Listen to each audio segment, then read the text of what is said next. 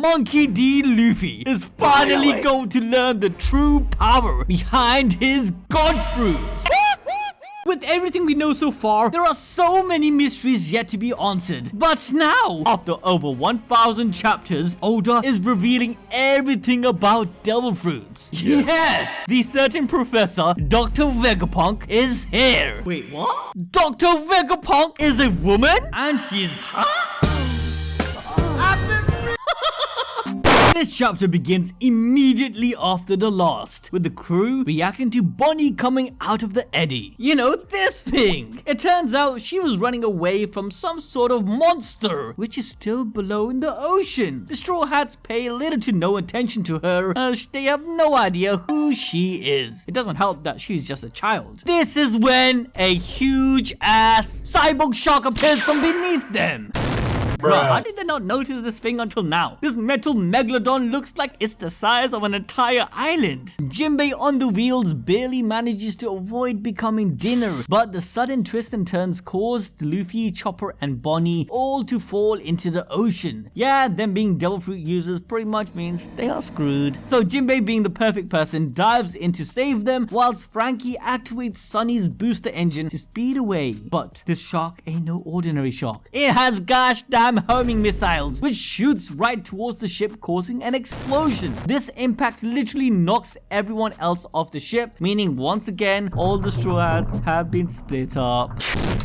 Come on, this happens every arc. We all should have expected it. I honestly feel as though Oda knows that the Straw Hats together are too broken, to the point they can speedrun any challenge way too quickly. So for good story writing and build up, they well need to be separated. Regardless, as Jinbei successfully secures Luffy, Chopper and Bonnie, he dives back into the ocean to avoid the upcoming attack from the robotic shark. As they manage to escape, the shark prepares to feast on the remaining crew. But out of nowhere, another giant ass robot appears, and with it knocks down the shark right away. This robot is none other than Vegapunk's personal Gundam, holding labels on his body stating Vegaforce with the number 12 on his right shoulder. We can also note that this shark is also a property of Vegapunk with the number 3 alongside the Vegapunk label. We then transition back to Jinbei, who along with Luffy, Chopper and Bonnie splits from the crew, landing on a very mysterious island. After drying the clothes and Oda providing some cheeky, insane fan service, Bonnie reveals her identity, in which, in a typical fashion, Luffy goes, "Oh!"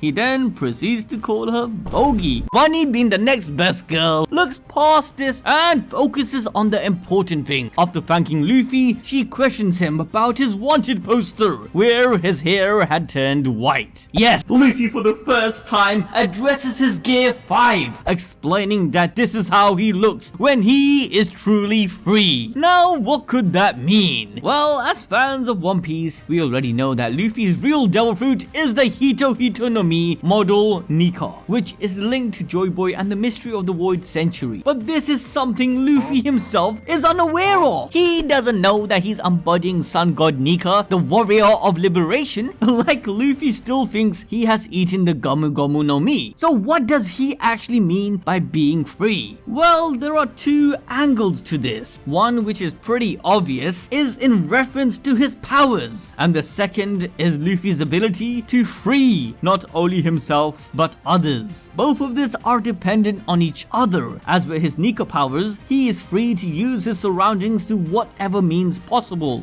embodying the most ridiculous power in the world, where the only limit is the user's imagination. We see Luffy being able to bend the earth itself, or even his opponents, as he had done with Kaido. But this freedom isn't limited to his ability to stretch things, but also stretch his own willpower, haki, and overall stats. An example is Luffy's Gear 3, where he's able to gigantify parts of his body, whereas in his Nika form, he can become a literal giant altogether. With Luffy's final Bajrang gun, he was able to stretch his haki beyond anything imaginable and defeat Kaido once and for all. However, Luffy's Gear 5 isn't just related to this ability, rather it's to do with his dream becoming reality. By becoming white from head to toe, Oda is illustrating how Luffy is like a blank canvas, where he can paint anything he thinks of. Luffy has now become the artist and author, dictating how this story will end.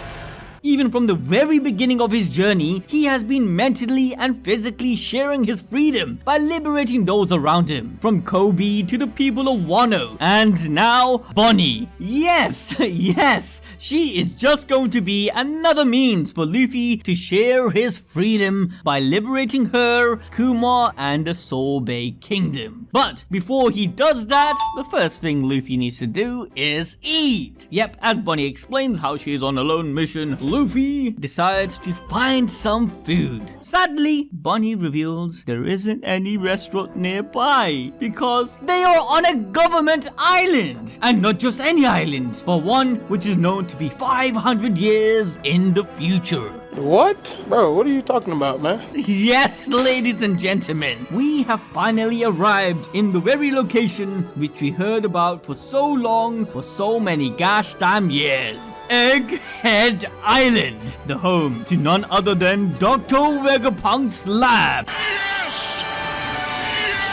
Oda has been baiting us since forever, even in his SBS when he mentioned how we will learn more about the devil fruits through a certain professor. I legit feel like crying. Everything is finally happening. The amount of shit that's going to be revealed.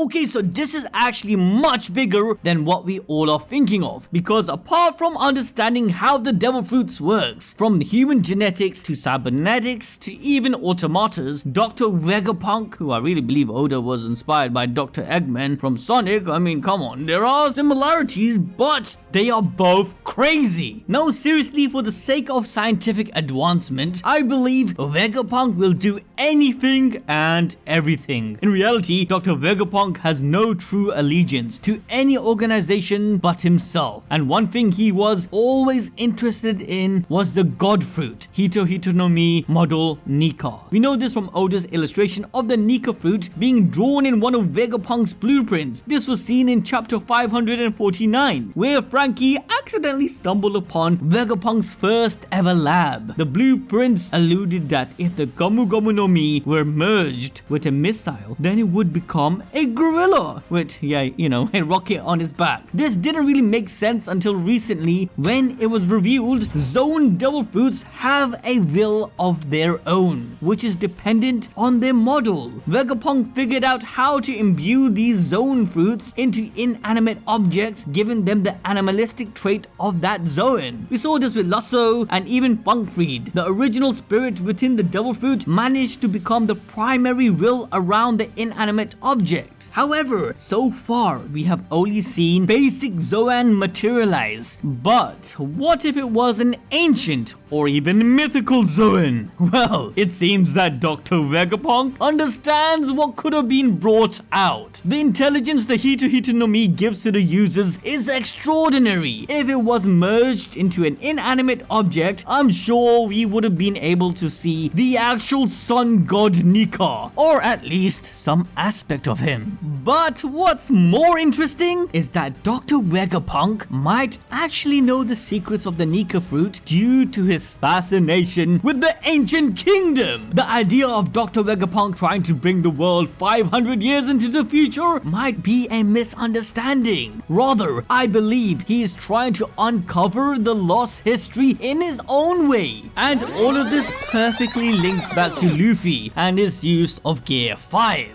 Once Dr. Vegapunk realizes that Luffy ate this fruit, any loyalties he has for the world government will go out that window. Due to his curiosity as a scientist, he will explain to Luffy the different levels he can achieve with his god fruit. In a way, this arc will allow Luffy to follow some blueprints in maximizing his Gear 5. I mentioned quite a while ago how the energy steroids taken by Hody was the ancient civilization's way of replicating some of the Gear 5's effects, but it could also have been specifically made for the user of the Nika fruit. On top of this, we have Chopper's Rumble Balls, which is supposed to enhance Zoan users. Dr. Vegapunk will be the person to knit everything we know all together, unlocking even more secrets to Luffy's powers. This will help Luffy stabilize his Gear 5 and go even further beyond. Luffy will then master his Haki in Albath with Shanks, which in turn will fully complete his training to become the strongest pirate in the series. Gosh damn it, Luffy, you're gonna be king of the sea!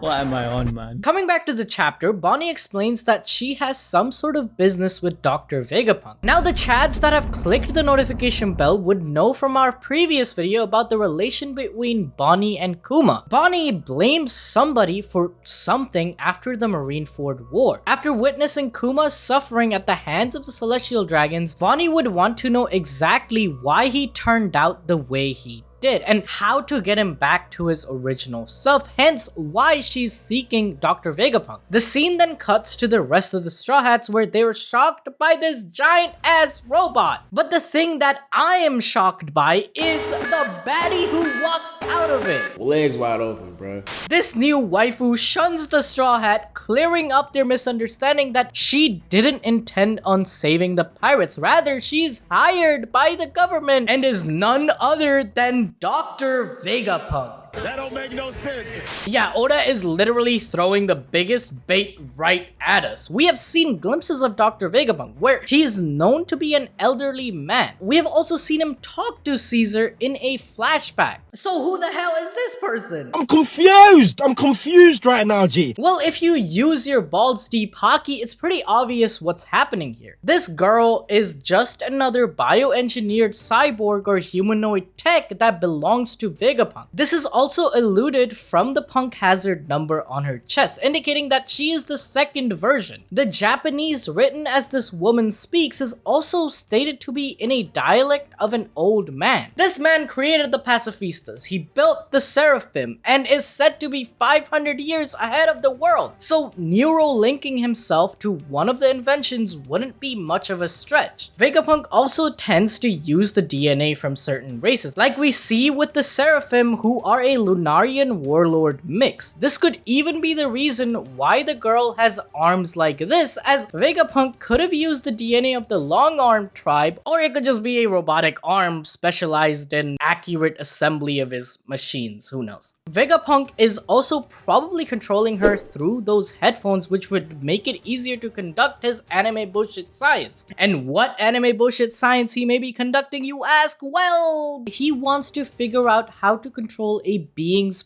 primal instincts. Vegapunk let loose his mecha shark on a mission to scout, report, and fire, but due to its primal instincts, it keeps trying to eat ships. This honestly relates back to how the zone fruits have instincts. The fruits desire certain things. For example, how Jabra's wolf fruit made him want to bite things and become more aggressive, or even in Luffy's case of him laughing uncontrollably. A wolf's instinct is to bite things, and Nika, the liberator's instinct, was to bring laughter to all. This experiment by the doctor tells us that he is still unsuccessful in making a perfect devil fruit. The smile fruit's defect was that although it gave powers to 1 out of 10 people, the animal part of the fruit combined with the human. We can see this with Hold'em, where he has to share his body with a lion on his stomach. The lion even hinders Hold'em by hitting him or being difficult to control, showing that it has a mind of its own. Vegapunk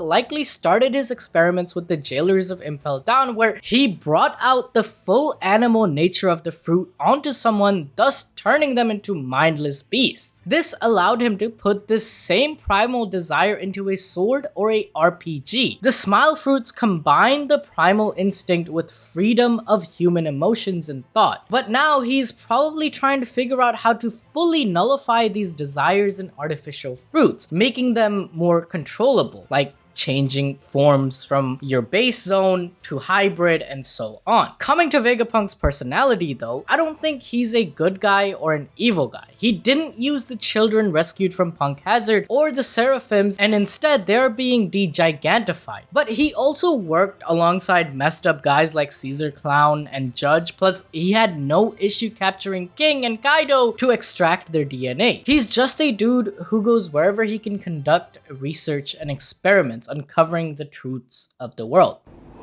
The scene then swiftly switches to a nearby island, a base for the G14 Marines. All the giant kids that the Straw Hats saved during the Punk Hazard arc are here alongside Tashigi. It turns out that the kids have grown smaller due to a medicine likely created by Vegapunk, giving us more insight into Vegapunk's character as he did not turn these kids into the Seraphim. We then meet a new G14 Vice Admiral Doll, and goddamn, Oda is on fire this chapter. Not just Bonnie, Vegapunk, but now her! Oh my god.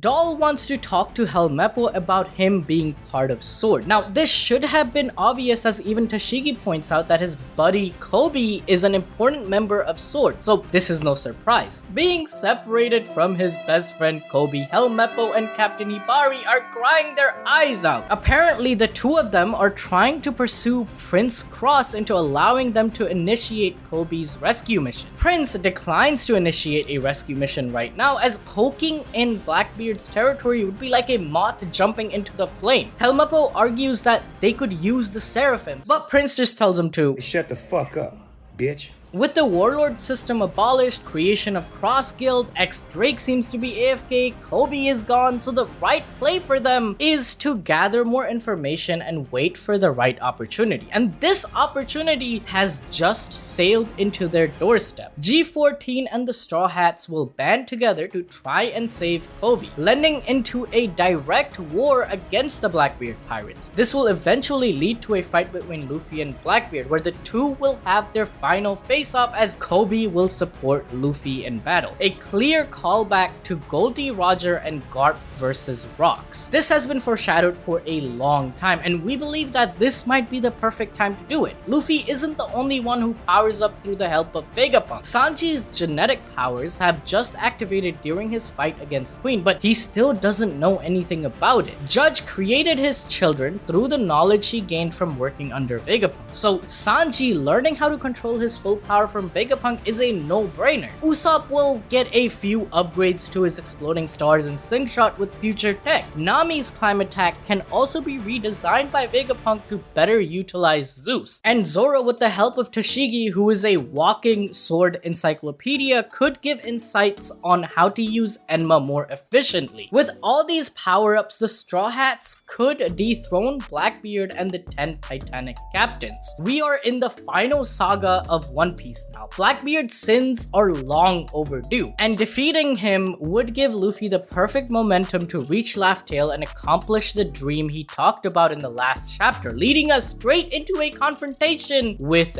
Im-sama.